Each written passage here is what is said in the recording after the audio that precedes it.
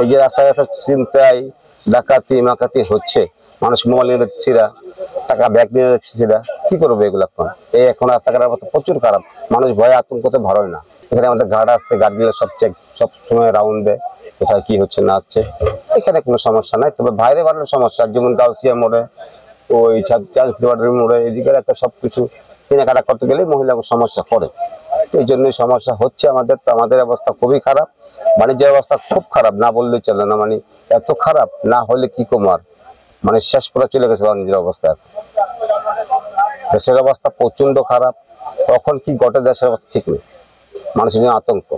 গত 1 বছর যাবত ধরে ব্যবসা বাণিজ্য অনেক খারাপ, মানে না বললেই চলে, খুব খারাপ। আগে যদি 2-4 লাখ টাকা বেচতাম প্রতিদিন, এখন 50,000 টাকা হয় কিনা সন্দেহ আছে। এই দেশের অবস্থা গোলমালের অবস্থা, জায়গায় জায়গায় মিটিং মিছিল, এই জন্য সমস্যা হচ্ছে, মানুষ আসতে পারে না, যানজটের লেগে রাস্তাঘাটে।